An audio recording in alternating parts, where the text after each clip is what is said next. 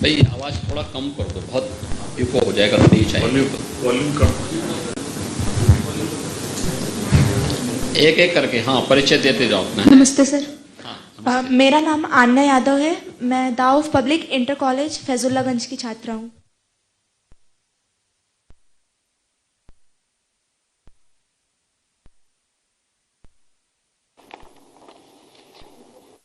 लखनऊ से ही है?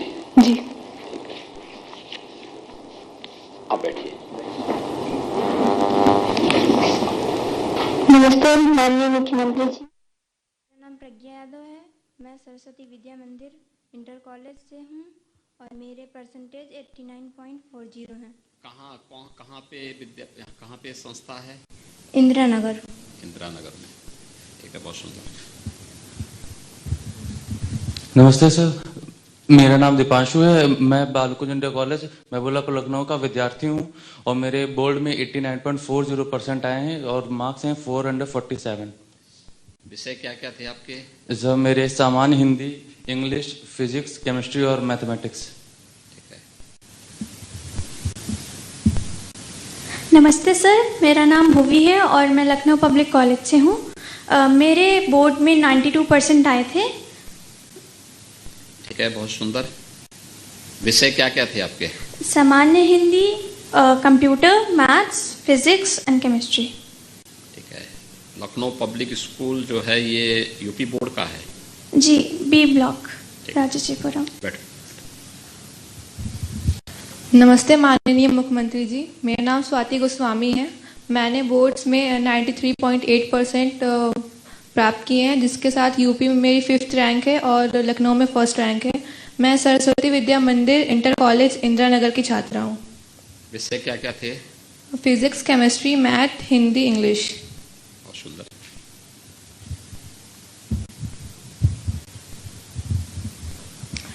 नमस्ते माननीय मुख्यमंत्री जी। मेरा नाम साक्षी वाजपेयी है।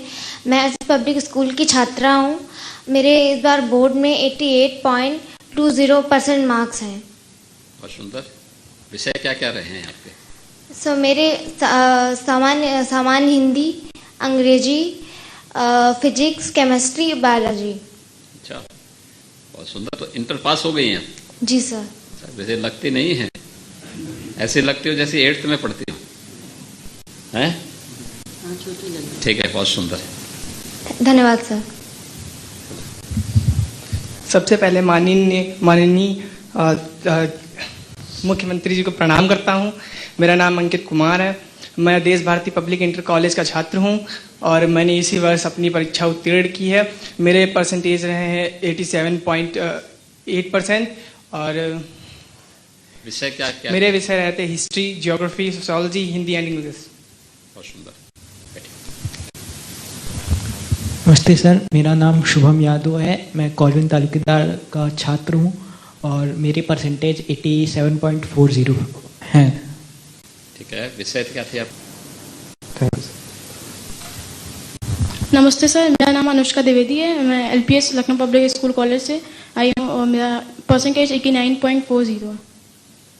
सब्जेक्ट क्या क्या थे? सर सामान्य हिंदी, कंप्यूटर, फिजिक्स, केमिस्ट्री और मैथ। ये सब फिजिक्स, केमिस्ट्री, मैथ्स के ही बच्चे सब आए हैं क्या हर एक उसमें? क्यों, कौन कौन स्कूल के प्रधानाचार्यगण कौन कौन हैं, किस किस से हैं? एक एक करके उनको थोड़ा दीजिए पहले।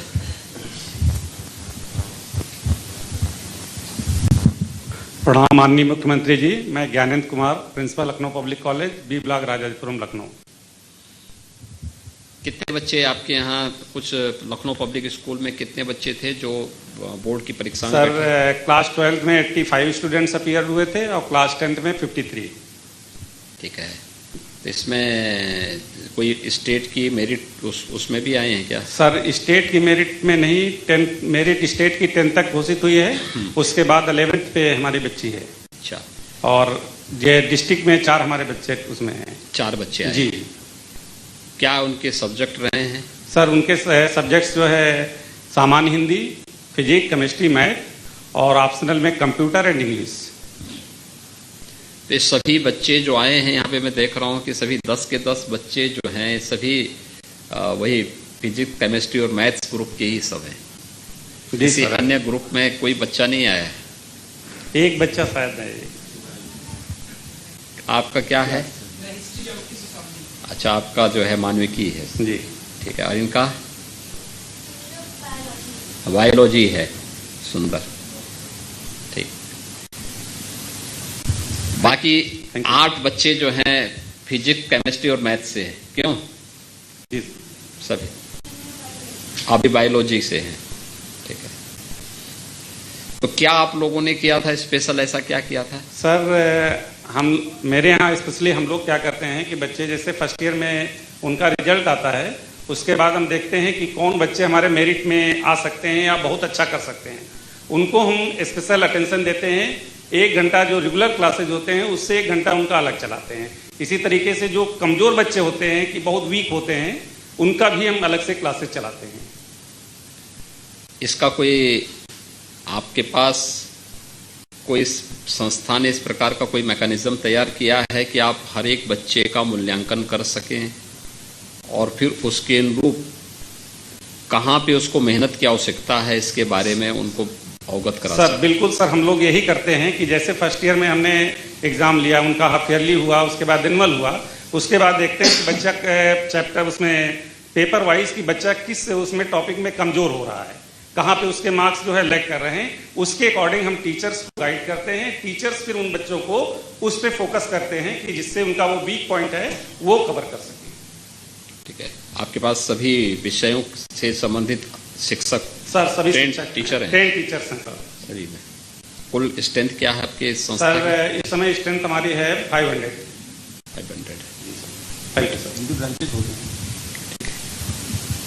सर प्रणाम सर, मैं बाल निकुंज इंटर कॉलेज एचएन जायसवाल में प्रिंसिपल हूँ और लगभग हमारे पास इंटरमीडिएट इस बार 312 बच्चे सम्मिलित हुए और गत वर्ष में हमारे बच्चे जो है प्रदेश मेरिट में थे। इस वर्ष हमारे बच्चे 2 हैं मेरिट में।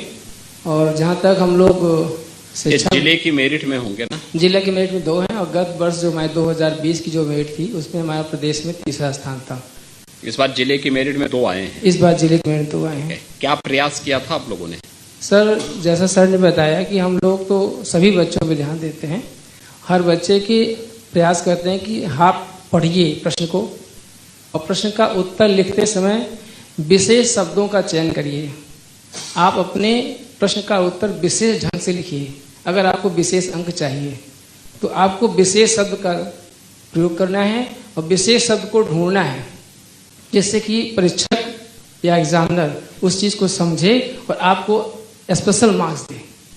और ताकि आप जो लिखें आगे चल करके कल को आप सिविल सर्विस जाएं या किसी अन्य प्रतियोगी परीक्षा में जाएं तो जो आप विशेष लिखने का अभ्यास अभी से करेंगे तब आगे चल करके भी आप अच्छा काम करेंगे। ये हम प्रयास शुरू से ही करते हैं, अच्छा लिखने का प्रयास, शब्दों का चयन और प्रत्येक शब्द के बीच में जो दूरी होती है। आपके यहाँ पूरे फैकल्टी पूरी है, शिक्षक पूरे जी हैं? जी फैकल्टी पूरी है। हम लोग हर चीज़ पे ध्यान दे रहे हैं, कोशिश कर रहे हैं और भी कुछ चीज़ें हम लोग। कितने बच्चे हैं जो नियमित रूप से लाइब्रेरी में जाते हैं? लाइब्रेरी में सर जाते हैं बच्चे। विद्यालय की अपनी लाइब्रेरी है? लाइब्रेरी सर है और बच्चे लाइब्रेरी को कम पसंद करते हैं, ज़्यादा पसंद करते हैं खेलकूद की ओर। खेलकूद तो अच्छी बात है जी जी, लेकिन सवाल ये कि नियमित रूप से देखिए हर एक चीज का अपना समय होता है जी। ऐसा तो है नहीं कि जब सोने का समय हो तब व्यक्ति जो है खेलने के लिए जा रहा हो जी। खेलने का अपना समय होता है, पढ़ाई करने का अपना समय होता है, विद्यालय का अपना समय होता है, खाने का अपना समय होता है, सोने का अपना समय होता है, हर एक का अपना समय टाइम टेबल इसीलिए हर व्यक्ति के जीवन में बंधा होता है जी जी। और वही टाइम टेबल ही उसके अनुशासन का प्रतीक होता है जी। ऐसे ही खेलकूद के साथ साथ लाइब्रेरी भी उतनी महत्वपूर्ण है जी। और लाइब्रेरी में जाकर के देखिए होता क्या है, अक्सर हम देखते हैं कि बहुत सारे संस्थान अपने यहाँ बच्चों को नोट्स बना के दे देते हैं जी, उसके विस्तार में जाने का प्रयास नहीं करते। सर इस पर हमने काम किया है, जो आपने बात कही है हम लोगों ने ये किया इस पर कि 3 प्रकार के हमारे प्रश्न होते हैं, एक दीर्घोत्तरीय, एक मध्यम और एक जो है बहुविकल्पीय। तो हमने इसको कहा है कि आप जो छोटे क्वेश्चन हैं उनका आंसर खुद लिखिए, जो बड़े दीर्घोत्तरीय क्वेश्चन हैं, जो बड़े क्वेश्चन हैं उनको हमारे टीचर्स खुद लिखवाते हैं और ये बच्चों से कह रहे हैं कि आपके प्रश्न को उत्तर को आप पढ़िए और आपके प्रश्न को उत्तर ये पढ़ें, ताकि एक दूसरे के विचार को आप जान सकें कि वो क्या लिख रहे हैं और आप क्या लिख रहे हैं, आपने कितने स्तर का लिखा और आपने कितने स्तर का लिखा। इस प्रकार का हम लोग ट्रायंगुलर जो है व्यवस्था बना रहे हैं ताकि हर बच्चा एक दूसरे लिख सके। ठीक है, धन्यवाद जी। Thank you. इसमें गवर्नमेंट इंटर कॉलेज से कोई है? गवर्नमेंट इंटर कॉलेज से कोई नहीं? प्रणाम सर, मैं नीरज शुक्ला, सरस्वती विद्या मंदिर इंटर कॉलेज के लखनऊ से।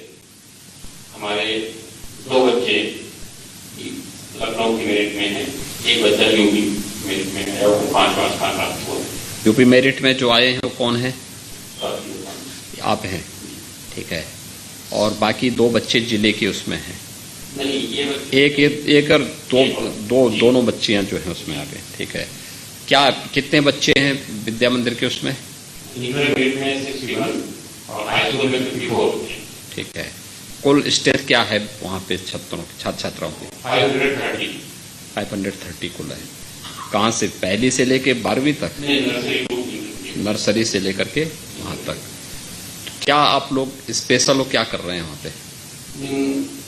बोर्ड की तैयारी के लिए हम लोग चैप्टर वाइज टेस्ट लेते हैं, चैप्टर हो जाता है तो उसका टेस्ट लेते हैं। कोशिश करते हैं कि जल्दी खत्म हो जाए तो दिसंबर में, उसके बाद में चैप्टर का एक बार रिविजन, फिर उसका टेस्ट। और साल भर में 5 एग्जाम लेते हैं, half yearly, annual, unit test 3 लेते हैं। उसके आधार पर और बच्चा की कहाँ पर कमजोर होना है उसके हिसाब से उसकी प्लानिंग करके स्टडी करवाते हैं। संस्थान अपने वर्ष भर का टाइम टेबल तो बनाते होंगे ना पाठ्यक्रम का? जी। कि जिससे एक निश्चित समय सीमा के अंदर पूरा पाठ्यक्रम आपका पूरा हो सके। जी। और उस समय सीमा के अंदर अपना पाठ्यक्रम पूरा करने के बाद फिर जहाँ पे कमी रह जाती है उस कमी को दूर करने के लिए कुछ स्पेशल क्लासेज आप चलाते हैं। हाँ, अभी कक्षाएं 2 चलाते हैं, एक मॉर्निंग में और एक इवनिंग में। अच्छा, बहुत सुंदर। बैठिए। किसी अन्य संस्था को कोई कुछ बोलना हो, किसी अभिभावक को? नमस्कार सर। नमस्ते। मैं SS public school Kumrawa BKT road से आई हूँ और हम स्पेशली हमारा स्कूल जो है गांव एरिया को बिलोंग करता है, तो हम चाहते हैं ज़्यादा से ज़्यादा हम लड़कियों को अच्छी शिक्षा देना चाहते हैं और वहाँ पे थोड़ी सुविधाओं का अभाव है जिसके कारण बच्चे काफ़ी दूर दूर से हमारे आते हैं, 1-1, 2-2 घंटे उनको लग जाते हैं आने में। लेकिन उसके बावजूद भी हम बहुत प्रयास करते हैं कि हम फर्स्ट टाइम इस बार हमारा विद्यालय सर लगभग 945। अच्छा जी। तो आपके पास शिक्षक पूरे हैं गांव में? जी सर थोड़ी टीचर्स मिलने में प्रॉब्लम्स आती है लेकिन हम लोग कोशिश टेक्नोलॉजी का उपयोग क्यों नहीं करते हैं आप? जी सर, टेक्नोलॉजी का उपयोग करना चाहिए। अब तो वर्चुअली क्लास भी चल सकती है। थोड़ी सी प्रॉब्लम है गांव एरिया होने के, नेट प्रॉब्लम रहती है बहुत सारे बच्चों को। दूरदर्शन भी और अन्य उसमें भी कुछ पाठ्यक्रम से जुड़े हुए कार्यक्रम आते हैं। जी जी, उसको भी हमें देखना चाहिए। हाँ सर, वो सब बच्चों को हम लोग time to time virtually class भी चल सकती है। अच्छे टीचर कहीं हैं तो वहां से भी हम जोड़ करके स्मार्ट क्लास के माध्यम से उसको हम वो कर सकते हैं। जी, पूरा प्रयास करते हैं हम। एक्स्ट्रा क्लासेस, संडे है, छुट्टी का दिन है, उस दिन भी हम बच्चों को बुलवाते हैं, कन्वेंस प्रोवाइड करते हैं और उनको जो भी बेटर देना चाहते हैं सर हम प्रोवाइड करते हैं। ठीक है, बहुत धन्यवाद। Thank you sir. बैठे। ये जो है और कोई बोलना चाहते हैं? आपको प्रणाम करता हूँ। वेदव्रत वाजपेयी कवि हूँ, आपसे पहले भी भेंट हो चुकी है, आपके एमपी कॉलेज में भी गया हूँ और जो अटल फाउंडेशन का पहला कार्यक्रम था तो आपने मुझे अपना आशीर्वाद दिया था। मैं अंकित कुमार हमारा स्टूडेंट है हमारे विद्यालय का और मेहनत से पढ़ाते हैं बच्चों को। ये जो आपने सख्त व्यवस्था की है परीक्षाओं की, ये उसका परिणाम है कि कुछ अन्य स्कूल के, छोटे स्कूलों के बच्चे भी मेरिट में आ सके हैं। मैं चाहता हूं कि इसको और पारदर्शी और सख्त बनाया जाए। और बच्चे लिख रहे हैं बहुत, कभी आपको अवसर मिले इनकी कापियां मंगा के देखिए, कंप्यूटर से सुंदर लिखते हैं। मैं आपको बहुत धन्यवाद देता हूँ। आपने यहाँ इस सदन में सबको बुलाया, ये भी एक बहुत महत्वपूर्ण प्रश्न अभी तो है। मैं केवल आपसे बात करूं, बच्चों से तो मैंने बात की ही नहीं, तो मैंने केवल परिचय जी जी, तो इनका हौसला बहुत बढ़ गया आपने यहाँ पर बुलाया, इससे इनका बहुत मनोबल बहुत बढ़ गया है। हो सकता है ये कल भारत के चमकते स्टार बने और चमकते क्यों नहीं हुए सूरज बने। मैं बहुत बहुत आपको धन्यवाद देना चाहता हूँ। इस सदन में जितने अधिकारी बैठे हैं सबको प्रणाम प्रस्तुत करता हूँ। जय हिंद, जय भारत। किसी अन्य प्रधानाचार्य, यहाँ पे गवर्नमेंट संस्था से जुड़ा हुआ कोई नहीं, गवर्नमेंट एडेड कोई कॉलेज से भी जुड़ा नहीं। अभिभावकों को किसी को कुछ बोलना है? हाँ बोलिए, अपना परिचय देते हुए। प्रणाम सर, मैं रविनाथ यादव प्रज्ञा का पिता हूँ। मैं आप लोगों के माध्यम से, मीडिया के माध्यम से हर अभिभावक को एक संदेश देना चाहता हूँ कि लोग लड़कियों के दहेज के लिए पैसे न बचाकर उनकी शिक्षा में पैसे लगाएं। सुंदर, धन्यवाद। कितने घंटे आपकी बिटिया पढ़ती है? घर पे घंटे तो कम पढ़ती है, बस स्कूल में जो पढ़ाया जाता, स्कूल में एब्सेंट कभी नहीं होती, ये इसकी खासियत है। तबीयत खराब हो तो दवा खा के स्कूल चली जाएगी। स्कूल में क्लास कभी नहीं छोड़ी है, रेगुलर रही है, 100% अटेंडेंस। घर में भी पढ़ाई का वातावरण बनाने की आवश्यकता जी, घर पे पूरा पढ़ाई का माहौल है। हमारी बड़ी बच्ची एमए कर रही है लखनऊ यूनिवर्सिटी से, और उसी की वजह से इन दोनों लोगों को भी पूरा माहौल बना हुआ है।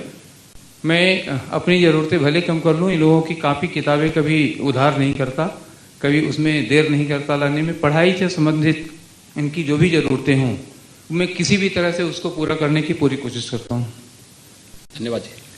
धन्यवाद सर। किसी अन्य अभिभावक को?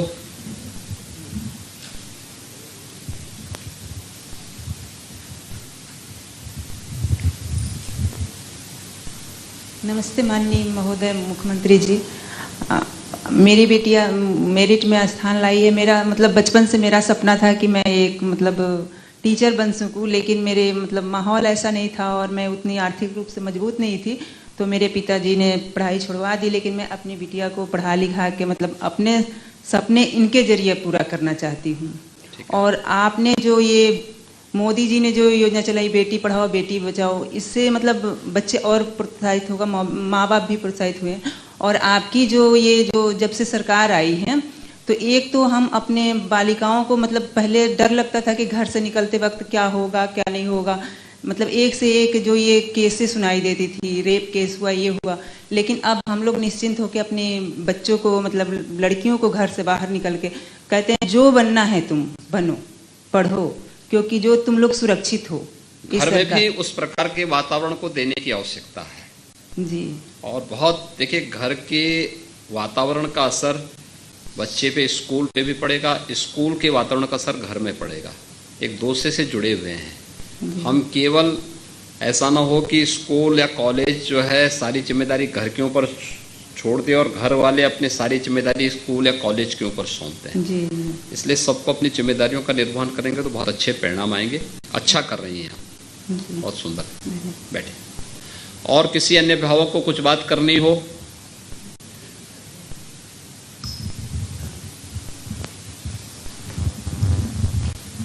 नमस्ते माननीय, मैं दीपांशु की माँ, महिला कांस्टेबल हूँ। अच्छा। मेरे हस्बैंड एक्सपायर हो गए। मेरे परिवार में कोई सदस्य नहीं है, सबकी मृत्यु हो गई है। अकेले मेरे बच्चे रहते हैं। पूरा पढ़ाई करवा रहे हैं ना जी। सुंदर, अच्छा काम कर रही हैं आप। बहुत सुंदर मेहनत से उनको पढ़ाइए। जी, सब पढ़ रहे हैं। ठीक है।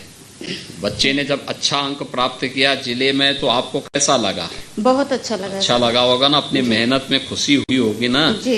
मेहनत उन्होंने किया है, लेकिन उसमें आपका भी कंट्रीब्यूशन है जी सर। कि आपने उस प्रकार का वातावरण दिया, जी। तो आपको भी अंतःकरण से खुशी हुई होगी। जी सर, बहुत कि देखिए अच्छा अंक बच्चे ने प्राप्त किया कि है। बच्चे अकेले ही घर पे रहते। मेरी पोस्टिंग रायबरेली में है। ठीक है। बच्चे अकेले रहकर ही मैनेज करते हैं सर। ठीक है, सुंदर, बहुत अच्छा। Thank you sir.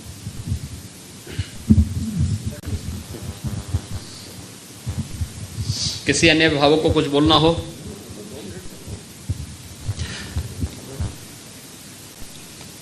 मुझे एक बात बताओ, ये जो बच्चे हैं यहाँ पे 10,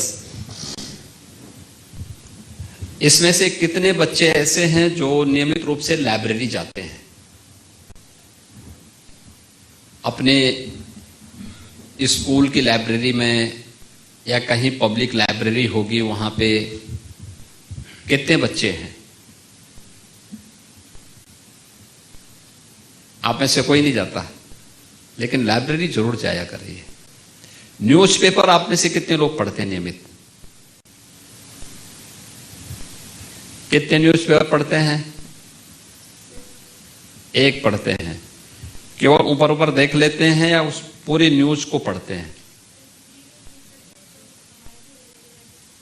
अपने से रिलेटेड न्यूज को ही नहीं, पूरी न्यूज को भी पढ़ना चाहिए। देखिए, आवश्यक नहीं, बहुत बार होता क्या है कि ऊपर की जो बैनर न्यूज होता है या जो उसके ऊपर जो हेडिंग होती है वो उसमें और अंदर की न्यूज में अंतर भी होता है। ठीक है, इसलिए पूरी न्यूज को पढ़ने की आदत बैठिए। दूसरा, हमारा प्रयास हो कि हर न्यूज़पेपर को हम देखें और उसका जो एडिटोरियल पेज होता है, संपादकीय पृष्ठ जो होता है, वो बहुत सारी जानकारियों का खजाना होता है। बहुत सारी जानकारियां उसमें आपको मिलेंगी, देश की, दुनिया की। हमें न्यूज के साथ साथ एडिटोरियल पेज पर देश के प्रतिष्ठित चिंतकों, लेखकों और विद्वानों और राजनेताओं के आलेख आते हैं, उनके आर्टिकल्स होते हैं, उनके व्यूज होते हैं, देश की समसामयिक घटनाओं को लेकर के, देश के ज्वलंत मुद्दों को लेकर के। उसे हमें देखना चाहिए, पढ़ना चाहिए। आपके जनरल नॉलेज के लिए बहुत उपयोगी होगा वो। न्यूज़पेपर जरूर आपको देखना चाहिए, आपको हमेशा अपडेट करेगा वो। अभी आप इंटरमीडिएट की परीक्षा पास किए हैं, इंटरमीडिएट की परीक्षा पास करने के बाद आपको अब अपने ग्रेजुएशन में आप प्रवेश कर गए। अब इसके बाद आप अपनी कंपटीशन की तैयारी करेंगे। अगर आप अपने को अपडेट नहीं रखेंगे तो कंपटीशन आपके लिए बहुत टफ हो जाएगा। अभी से अपने आप को तैयार, अपने परंपरागत पाठ्यक्रम के अलावा देश और दुनिया में क्या कुछ हो रहा है, इन सब की जानकारी भी रखने की आवश्यकता है। न्यूज़पेपर भी नियमित रूप से पढ़ने की आदत डालनी चाहिए। क्या करने जा रहे हैं, एक एक करके मुझे बताओ। आप इसके बाद क्या करने जा रही हैं? सर, अभी मैंने जेई का फॉर्म भरा है। सर, बीके करेंगे, ग्रेजुएशन। अभी आपने आईआईटी जेई के बारे में? जी सर। उसी के बारे में आप ही अपने उसके टेस्ट में बैठी नहीं थी? नहीं सर। सर, अब इस बार बैठेंगे 28 इस बार बैठेंगे? जी सर। अच्छा, तैयारी है? जी सर। पास हो जाएंगे? ठीक है, बहुत सुंदर। हाँ, एकदम कॉन्फिडेंस होना चाहिए कि मैं पास हो जाऊंगी। जी सर। ठीक है ना? तो तैयारी करके उसमें बैठिए और उस हिम्मत नहीं हारना चाहिए। आप क्या करने जा रहे हैं? सर, आईआईटी में जाने के लिए प्रिपरेशन कर रहे हैं। बैठ करके बोल सकते हैं सही मुझे। सर, आईआईटी में जाने के लिए प्रिपरेशन कर रहे हैं। अभी प्रिपरेशन कर रहे हैं? Yes sir. कब आपका टेस्ट है? सर, अभी इस साल के लिए तो एम नहीं कर रहे हैं, पर अगले साल के लिए। इस बार तो 26 को है, 26 जून। तो आपने इस बार नहीं भरा? भरा है सर, पर अगले साल के लिए मेरा एम है। अच्छा, ठीक है। इधर सर, जेई आईआईटी। आप भी सब उसी की तैयारी कर रहे हैं? Yes sir. इस बार बैठेंगे टेस्ट? यस सर, इस बार पहला अटेम्प्ट। तैयारी है?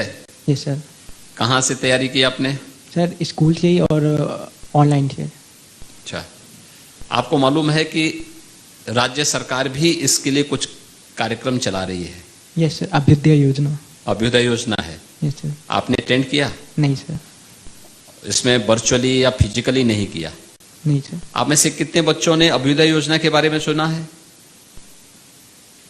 आप लोग उनकी क्लास को कभी अटेंड किए हैं? वर्चुअली भी नहीं किए? आप भी नहीं किए? नहीं सर। ठीक है, करना चाहिए। सर, मैं यूपीएससी की प्रिपरेशन करना चाहता हूँ, आईएएस बनना चाहता हूँ। तो इस समय क्या करेंगे? सर, अभी तो ग्रेजुएशन के लिए एडमिशन लिया है एलयू में, लेकिन नियमित रूप से अब लाइब्रेरी भी ज्वाइन करने वाले थे हम। अभी करेंगे कुछ टाइम पे, पब्लिक लाइब्रेरी ही है। अभी तक नहीं किया था? अभी तक नहीं किया था, सोच रहे थे सर एक बार इंटर क्रॉस हो जाए अच्छे से पढ़ाई, देन तो फिर लाइब्रेरी करनी है। अच्छा, नियमित रूप से जाना चाहिए लाइब्रेरी। सर जाएंगे बिल्कुल। न्यूज़पेपर नियमित रूप से पढ़ना चाहिए, लाइब्रेरी नियमित रूप से बहुत जरूरी होता है ये तो। अपने को तैयार हमेशा अपडेट रखना होगा, तभी जाके कर पाएंगे। अभ्युदय कोचिंग की बात सुनी? सर अभी तो नहीं। देखिए, उत्तर प्रदेश सरकार ने हर स्तर के बच्चों के लिए, जैसे जो एनडीए की तैयारी करना चाहते हैं, नीट की तैयारी करना चाहते हैं, या आईआईटी जेईई की तैयारी करना चाहते हैं, यूपीएससी या किसी भी केंद्रीय सेवा के लिए या राज्य सरकार की सेवा की तैयारी के लिए जो बच्चे कोचिंग करते थे, बहुत सारी जगह कोचिंग की फीस बहुत महंगी होती थी, हर बच्चा उसको वहन नहीं कर सकता था। उसके लिए राज्य सरकार ने प्रारंभ की है ये व्यवस्था अभ्युदय कोचिंग की।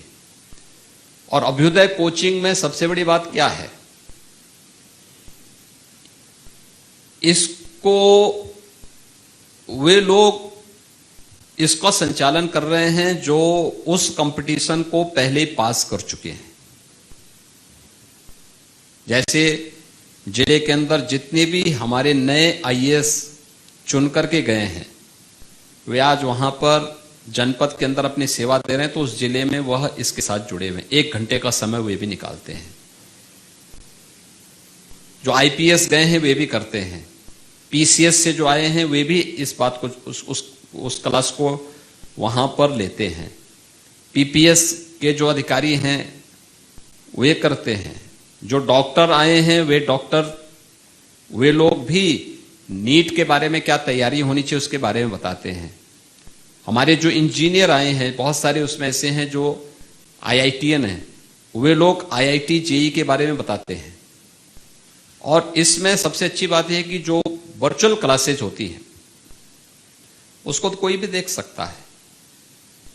फिजिकल क्लासेस के लिए तो एक कंपटीशन हो रहा है, उसके माध्यम से एक सीमित संख्या में उन छात्रों को उसमें बैठने की अनुमति है। वर्चुअल क्लास में तो कहीं से भी किसी क्लास को हम देख सकते हैं और उसमें बहुत अच्छी जानकारियां उसके माध्यम से प्राप्त होती हैं। हमें उसके तैयारी करने के लिए जो आधारभूत आवश्यकताएं हैं और किस तरीके से हम उसके लिए अपने आप को तैयार कर सकते हैं उसके बारे में वो बताते हैं। ठीक है सर, अभी तो मैं ग्रेजुएशन में बीएससी करूंगी और सर मेरा सपना प्रोफेसर बनना है। प्रोफेसर बनना है? जी सर। सुंदर। शिक्षा के क्षेत्र में। और ये जो है एडमिशन कहाँ लिया है आपने? सर मैंने अभी एडमिशन लखनऊ से ही लिया है, फॉर्म फिल कर दिए हैं? Yes sir. जमा कर लिया है, ठीक है, बहुत सुंदर।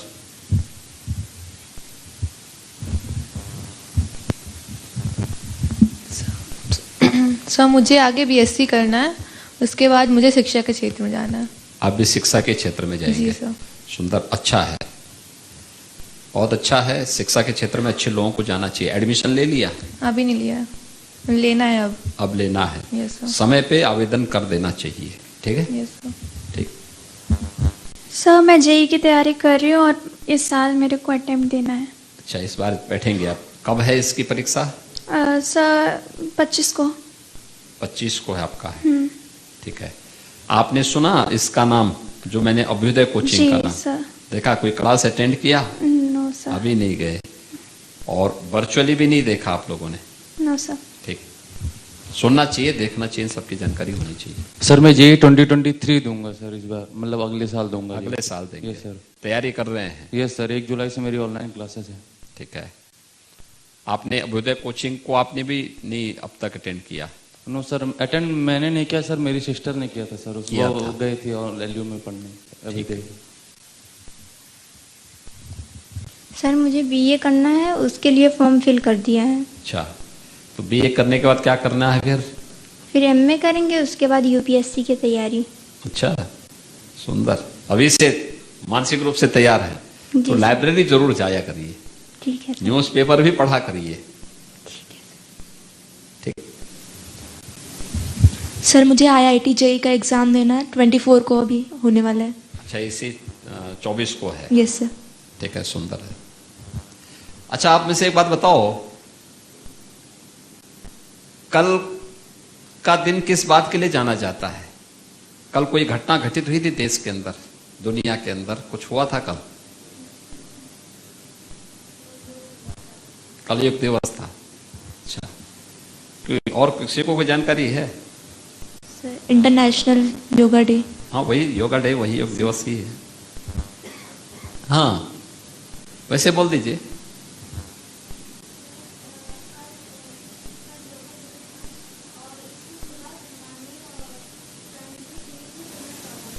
ठीक है, तो आप में से कितने लोग थे जो कल योग दिवस के कार्यक्रम में भाग लिए?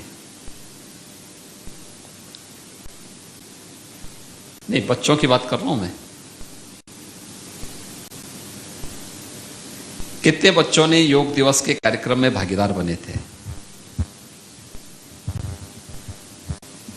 देखिए, इतना बड़ा इवेंट था, दुनिया के 150 से ज्यादा देश इसमें भाग लिए।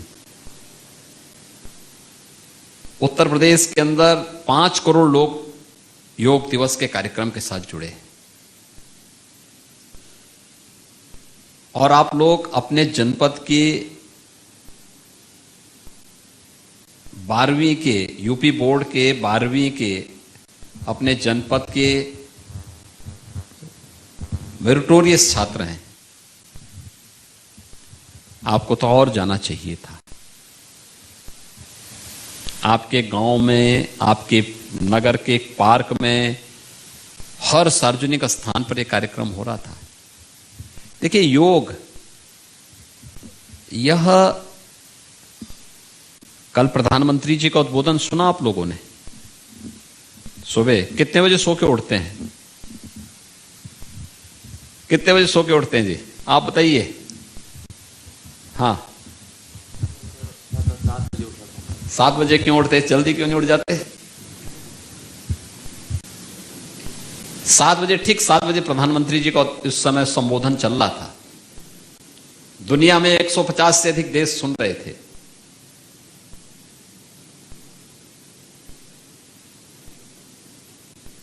देखिए, समय पे जगने की आदत, समय पे सोने की आदत,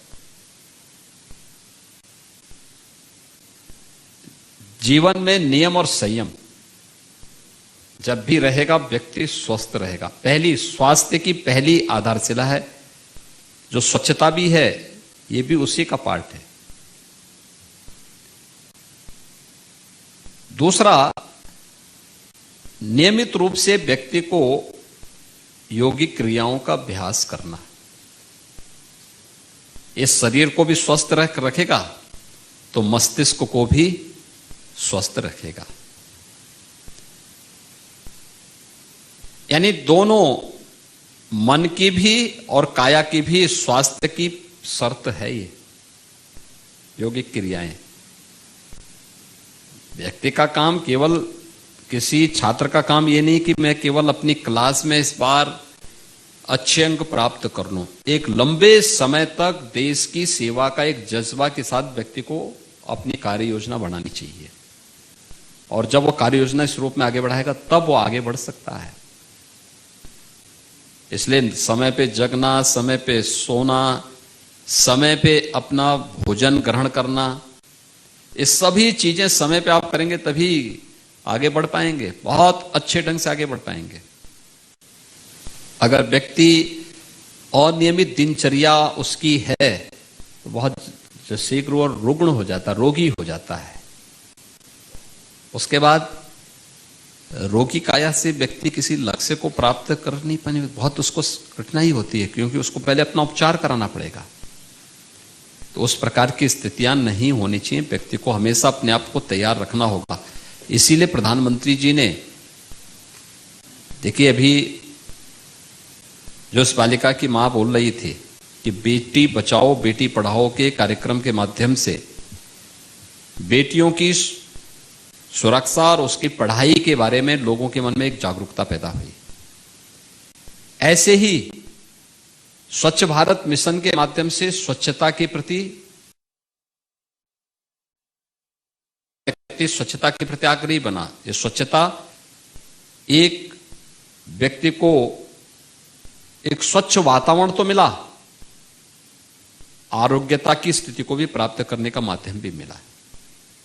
जहां गंदगी होगी वहां बीमारी जरूर होगी, जहां स्वच्छता होगी वहां आरोग्यता भी होगी। तो ये भी हमें उसको ध्यान में रखना होगा। ऐसे ही अनेक कार्यक्रम हैं। कितने ऐसे विद्यालय हैं, मैं प्रधानाचार्यों से ही पूछना चाहूंगा, हमारे 10 अच्छे प्रधानाचार्य भी यहां पर आए हुए हैं, जो शासन की योजनाओं को अपने विद्यालयों में बच्चों को अवगत कराते हैं। कोई बताएंगे क्या केंद्र और प्रदेश सरकार की कुछ योजनाओं के बारे में आप बता पाएंगे जो छात्रों के हित में हो या युवाओं के हित में हो? आप बता दीजिए, कुछ बताएंगे आप? बताइए।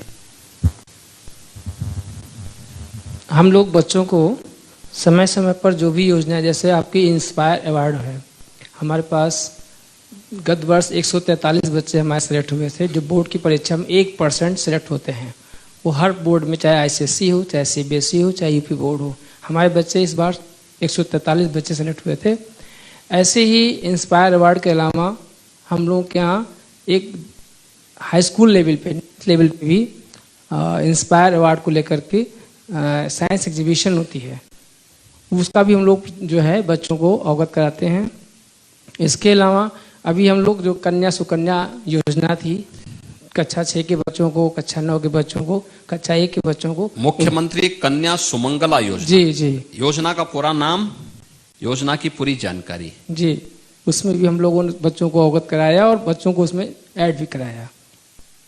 तो ऐसे ही जो भी योजनाएं समय समय पर आती रहती हैं, हम बच्चों को अवगत कराते हैं, उसमें बच्चों को जोड़ते भी हैं, केवल अवगत ही नहीं कराते हैं, जोड़ते भी हैं। देखिए, आप बैठे हैं, अभ्युदय कोचिंग की जानकारी भी हर शिक्षण संस्थान को होनी चाहिए। मुख्यमंत्री कन्या सुमंगला योजना की जानकारी भी हर शिक्षण संस्थान को होनी चाहिए। बेटी बचाओ बेटी पढ़ाओ के कार्यक्रम, नाम भी पूरा याद होना चाहिए और कार्यक्रम की पूरी जानकारी भी होनी चाहिए। प्रधानमंत्री स्टैंड अप की योजना क्या है? प्रधानमंत्री स्टार्टअप की योजना क्या है? प्रधानमंत्री मुद्रा योजना क्या है? ये डिजिटल इंडिया क्या है? इन सब की भी जानकारी हमें होनी चाहिए। अगर हमें इसकी जानकारी होगी तो हम अपने स्कूल में, मॉर्निंग असेंबली में या क्लास में या कहीं भी किसी फंक्शन के दौरान बच्चों को उस योजना के बारे में 15 मिनट, 10 मिनट, 15 मिनट, आधे घंटे का उनके बीच में एक टॉक दे सकते हैं, उसका एक प्रेजेंटेशन उनके सामने प्रस्तुत कर सकते हैं। बच्चों को इसके बारे में हमेशा उसको बता सकते हैं कि भारत सरकार ने योजना चलाई है, ये छात्रों के लिए इस प्रकार से उपयोगी है, युवाओं के लिए इस प्रकार से इसको उपयोगी होना है, इसमें आप इसकी प्रक्रिया ये है। उन सब के बारे में आप अवगत कराएंगे तो बच्चे हमेशा अपने आप को अपडेट रखेंगे उससे। समस्याएं कहां से शुरू होती हैं कि जिनके लिए योजना है उनको योजना के बारे में जानकारी नहीं होती है और अंततः छात्र अपना कोर्स पूरा करने के बाद भटकते रहते हैं। शिक्षण संस्थाएं अपने आप को शासन की उन योजनाओं से जो छात्र छात्राओं और युवाओं के हित के लिए हों, उससे अपने आप को अलग नहीं कर सकते। अगर आप अपने छात्र के सर्वांगीण विकास के बारे में सोच रहे हैं, ईमानदार हैं, तो हमेशा हमेशा हमें स्वयं भी न्यूज़पेपर भी देखना चाहिए। हर दिन न्यूज़पेपर में और चैनल में शासन की उन योजनाओं के बारे में जानकारी मिल जाती है। कोई योजना सरकार ने लागू की, आखिर जितनी भी बेटी बचाओ बेटी पढ़ाओ का रहा हो, प्रधानमंत्री मुद्रा योजना का रहा हो, प्रधानमंत्री स्टार्टअप की योजना का रहा हो, आखिर ये सभी चीज तो जितनी भी योजनाएं रही होंगी कहीं ना कहीं मीडिया में आया होगा ना, चैनल में तो आया ही होगा, अगले दिन समाचार पत्रों में भी आया होगा। हमारा प्रयास होना चाहिए कि हम अपने कॉलेज में समाचार पत्र मंगाएं, लाइब्रेरी में हिंदी इंग्लिश के एक एक समाचार पत्र तो कम से कम रखें, और नियमित रूप से इसको देखें। समाचार पत्र बाद में जो महत्वपूर्ण योजना के बारे में उसकी कटिंग संभाल करके उसको रखें, उसका एक प्रेजेंटेशन तैयार करें और फिर बच्चों को बताएं ये स्कीम सरकार ने लागू की है, अच्छी स्कीम है। आपको लगता है कि छात्र छात्राओं के लिए अच्छी स्कीम है, हमें इसके लिए प्रधानमंत्री जी को या मुख्यमंत्री को इसके बारे में पोस्ट कार्ड लिखने चाहिए, धन्यवाद ज्ञापित करना चाहिए कि योजना से ये लाभ होने जा रहा है, इसको हम लोग इस रूप में करने, ये योजना इस रूप में उपयोगी है कि आपने ये योजना लागू की, इसके लिए हम आपको धन्यवाद देते हैं। देखिए, ये कृतज्ञता का भाव जो लोक कल्याण के लिए हो, छात्रों के हित में हो, उनके उन्नयन के लिए है, उनके सर्वांगीण विकास के लिए है, ये भाव हमें व्यक्त करना होगा। इन चीजों के प्रति हमें अभी से तैयारी करनी होगी, जिससे शासन स्तर पर जानकारी मिलती है कि हां, इन योजनाओं की जानकारी हमारी शिक्षण संस्थानों में भी है। उन चीजों के लिए हमें तैयार अपने आप को करना होगा। देखिए, नोट्स बना करके मेरिट प्राप्त करने से महत्वपूर्ण है कि हम उसकी गहराई में जाने की आदत डालें कि वास्तव में इन छात्रों के सामने चैलेंज क्या है और कैसे हम उस कॉन्सेप्ट को क्लियर करके उसको आगे बढ़ाने की तैयारी करें। आपने प्रधानमंत्री जी ने एक परीक्षा से संबंधित बातें की थी मन की बात में। कितने छात्र छात्रों ने सुना था इसको? आप में से किसी ने सुना था? प्रधानमंत्री जी की जो बातचीत हुई थी, बहुत महत्वपूर्ण बात बताई थी उन्होंने।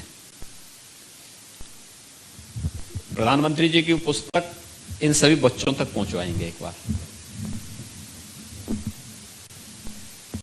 सूचना विभाग उस पुस्तक को उपलब्ध करवाएंगे। उस पुस्तक को पढ़िए आप लोग थोड़ा। परीक्षा की जितनी भी चिंताएं उससे मुक्त आपको कर देगी, आत्मविश्वास से भरपूर कर देगी। प्रधानमंत्री जी के जब छात्रों से बातचीत हो रही थी, उसको आपने उस दिन सुना होगा। बहुत सारी रोचक जानकारियां थी उसमें, बहुत महत्वपूर्ण जानकारियां थी। हमें देखिए, सफलतम व्यक्ति वह होता है जो छोटी छोटी बातों को ध्यान दे करके और कहीं पे कोई गलती हो रही तो उसका परिमार्जन समय पे कर देता है, वही सफलता की ऊंचाइयों को प्राप्त करता है। जो लापरवाह होता है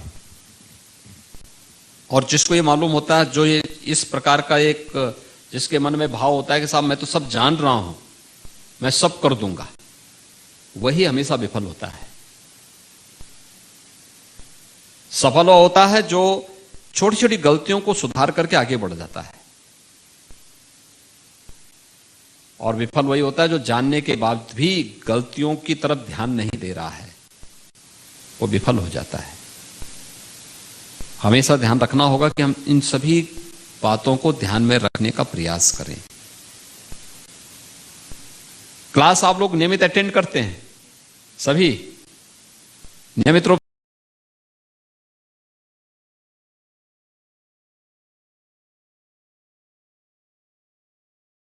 से स्कूल जाते हैं? ऐसा तो नहीं कि कभी कभी जाते होंगे। बहुत सारे बच्चे ऐसे हैं कि वे क्लास में कम, कोचिंग में ज्यादा विश्वास कर लेते हैं। आप में से कितने लोग हैं जो क्लास में कम और कोचिंग में ज्यादा जाते हैं? कोई ऐसा है? नियमित क्लास अटेंड करते हैं? सुंदर। संस्थाओं से भी मैं कहूंगा कि वे एक तो शासन की योजनाओं को अपने यहां अपडेट रखिए, और हर संस्थान, दूसरा जिन संस्थाओं के मेरिटोरियस बच्चे आते हैं, जैसे विद्या भारती से जुड़े हुए संस्थान है, इनका एक प्रेजेंटेशन तैयार करिए, या अन्य जो संस्थान है वो ये भी अपना तैयार करें, और फिर इनका प्रेजेंटेशन इन प्रधानाचार्यों के माध्यम से जनपद के सभी विद्यालयों के सामने किया जाना चाहिए। एक दिन सभी प्रधानाचार्यों की बैठक बुलाओ, गवर्नमेंट भी, सरकार के द्वारा एडेड भी और प्राइवेट इंटर कॉलेजेस, उन सभी के प्रधानाचार्यों के सामने इनका प्रेजेंटेशन तैयार होना चाहिए। इनके यहाँ के बच्चे कैसे मेरिट में आए हैं, क्या क्या इन्होंने प्रयास किए हैं, कहां पे अन्य लोगों में कमी रह गई, वे लोग उन कमियों को देखें और फिर उन कमियों को दूर करके एक स्वस्थ प्रतिस्पर्धा को आगे बढ़ाने की तैयारी होनी चाहिए। और मुझे लगता है कि यह कार्यक्रम होना चाहिए। दूसरा,